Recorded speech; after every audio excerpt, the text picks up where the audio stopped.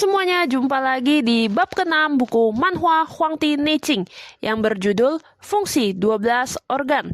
Pada bab ini kita akan membahas 5 Chang dan 6 Fu, 12 pejabat atau organ yang sebagai penguasa fungsi tubuh. Lalu kita juga akan membahas jantung dan hubungan dengan berbagai organ, serta yang terakhir adalah sedikit demi sedikit lama-lama menjadi bukit. Nah, di sini kita mengenal 5 Chang dan 6 Fu. Tubuh manusia adalah sebuah sistem yang menakjubkan. Ia memiliki 6 Chang dan 6 Fu, yaitu totalnya 12 organ. Organ-organ ini bagaikan para pejabat dalam sebuah pemerintahan.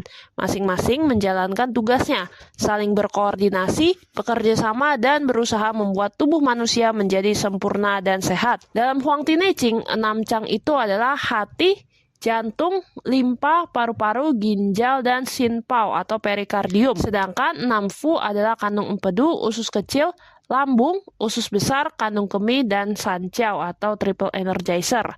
Hal ini sesuai dengan sistem 12 meridian tubuh. Dan jika kita perhatikan peta meridian, maka akan terlihat semua meridian yang termasuk Chang berada di bagian dalam, sedangkan yang termasuk Fu berada di bagian luar. Nah, cuma, kenapa kita sering menyebutnya 5 Chang? Orang zaman dahulu itu ingin menyesuaikan dengan teori 5 unsur. Jadi 5 Chang dalam bahasa kuno itu ditulis sebagai Wu Chang. Changnya di sini artinya menyimpan. Dalam pandangan pengobatan Tiongkok itu 5 Chang menerima esensi bawaan dari ayah dan ibu. Di dalamnya tersimpan Qing dari ayah dan darah dari ibu. Maka disebut sebagai Wu Chang atau 5 penyimpanan. Sementara 6 Fu itu maknanya adalah kediaman besar atau kantor pemerintahan, yaitu berarti tempat untuk menampung. Nah, kalau yang ke-6 ini, Chang yang ke-6 itu adalah sinpao atau perikardium, selaput jantung. Itu agak berbeda dengan organ lainnya. Maka para tabib pun akhirnya menyatukan dengan jantung sebagai satu organ. Makanya sekarang istilahnya itu disebut sebagai Wu Chang Liu Fu atau 5 Chang dan 6 Fu. Nah, memang dalam kedokteran barat tidak ada penyebutan semacam ini. Semuanya itu disebut dengan istilah organ atau viscera. Dalam kedokteran pengobatan Tiongkok lah yang kita sebut sebagai suku cadang tubuh dengan cara seperti ini gitu. Nah, selanjutnya mari kita akan membahas mengenai perbedaan pengobatan Tiongkok dan pengobatan Western. Dalam TCM dan pengobatan barat itu merupakan dua sistem medis yang berbeda. Pengobatan TCM itu memiliki sejarah yang panjang dan telah banyak digunakan, sementara pengobatan barat modern biasanya dipandang lebih ilmiah dan modern. Keduanya tentu memiliki kelebihan dan kekurangannya masing-masing. Sistem pengobatan Tiongkok didasarkan pada filsafat Tiongkok zaman dahulu, serta ajaran Taoisme, Konfusianisme, dan lainnya. Merupakan suatu bentuk terapi alami yang menekankan kesatuan tubuh dan jiwa, serta menggabungkan pencegahan dengan pengobatan. Melalui pengamatan terhadap kondisi tubuh secara keseluruhan, penggunaan obat herbal Tiongkok atau pelaksanaan akupuntur, pengobatan Chinese medicine ini berusaha menyesuaikan dan mengaktifkan kemampuan tubuh untuk memperbaiki dirinya sendiri. Sementara itu, sistem pengobatan barat berlandaskan pada teori sains modern dan teknologi kedokteran. Ia menekankan pada penyebab penyakit secara klinis, analisis gejala, serta bukti yang dapat diuji melalui eksperimen. Pengobatan barat mengamati organ tubuh secara terpisah dan menggunakan operasi atau obat-obatan untuk melakukan pengobatan.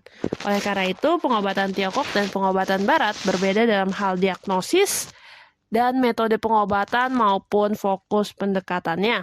Seiring dengan perkembangan teknologi, tentu pertukaran ilmu dan gagasan pengobatan Tiongkok dan Barat saling mempengaruhi dan saling bersinergi. Hal ini menunjukkan bahwa pengobatan Tiongkok dan Barat akan semakin menuju ke arah yang beragam, saling melengkapi dan mampu menghasilkan efek pengobatan yang lebih baik.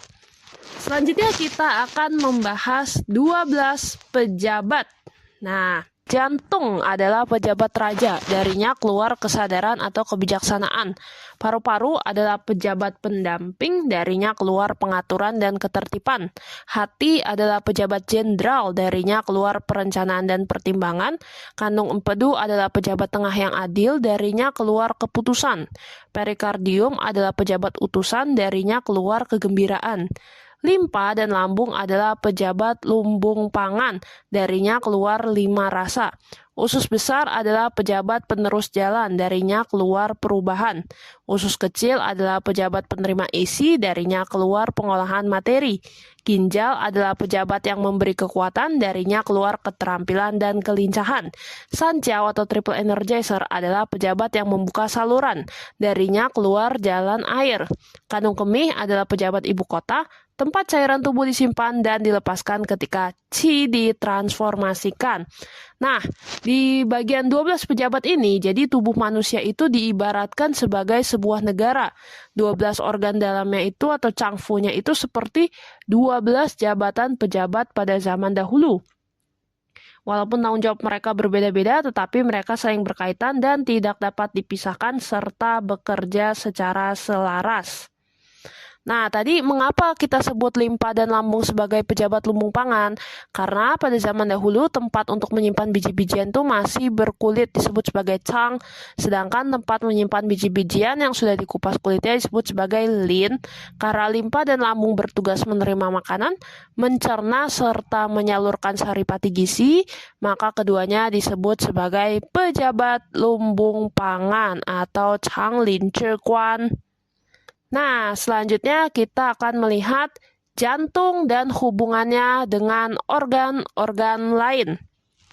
Dalam Huangdi Neijing dikatakan, 故主明者下安，以此阳生之寿，末世不待，以为天下者大昌。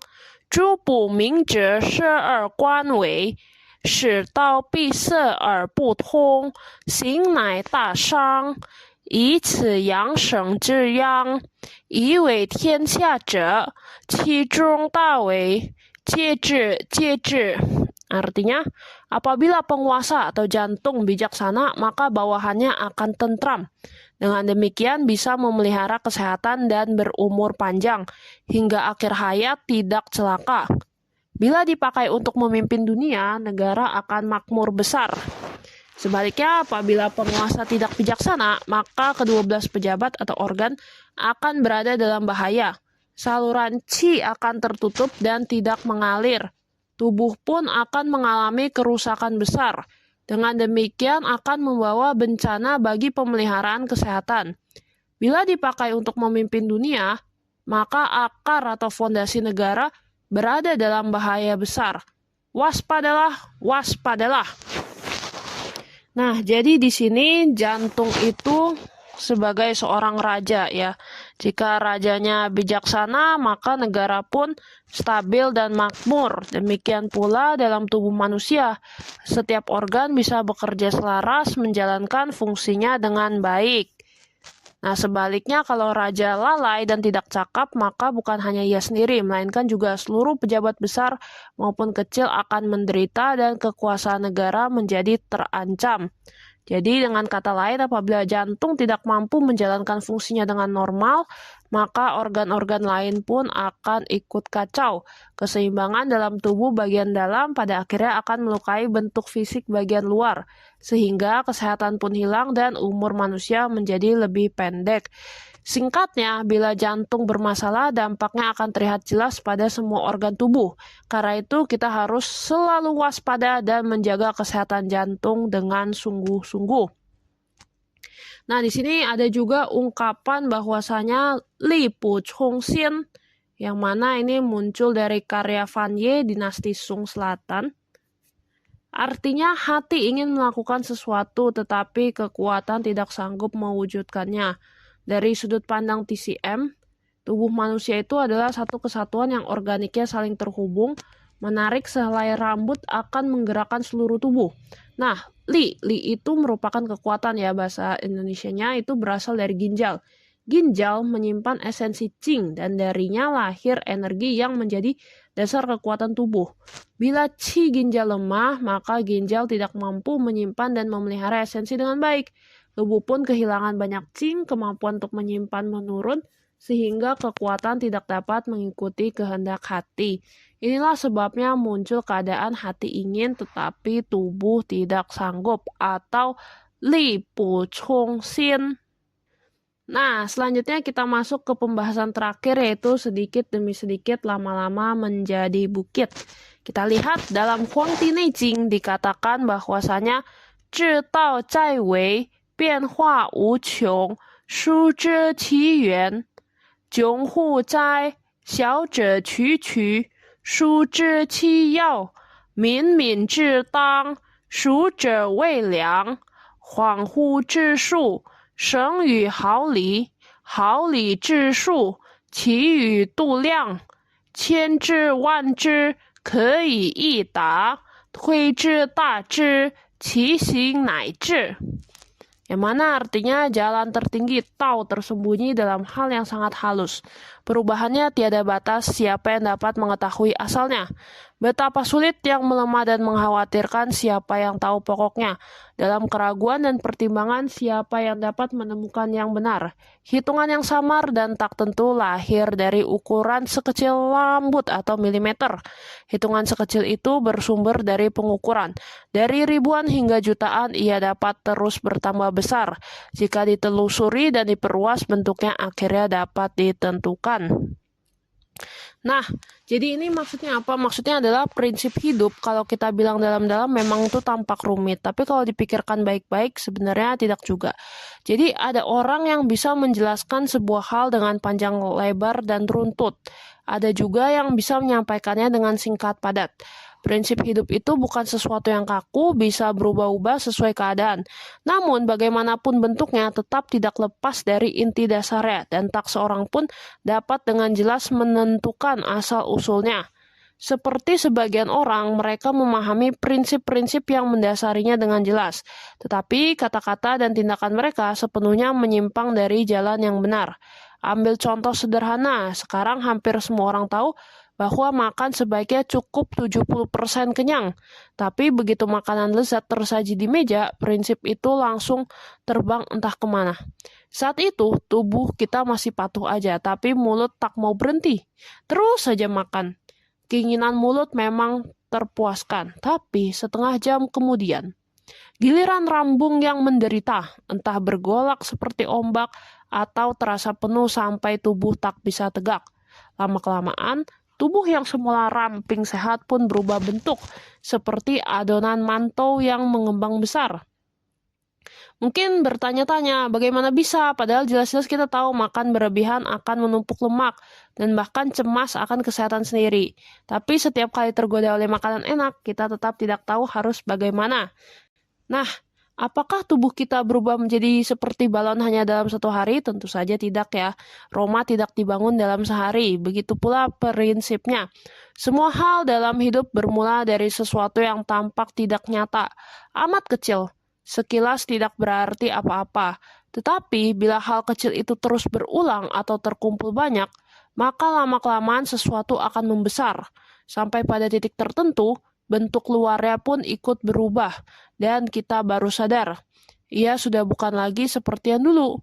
Penyakit kecil, bila tidak diobati, akan menjadi penyakit besar. Itulah contoh nyata dari prinsip ini.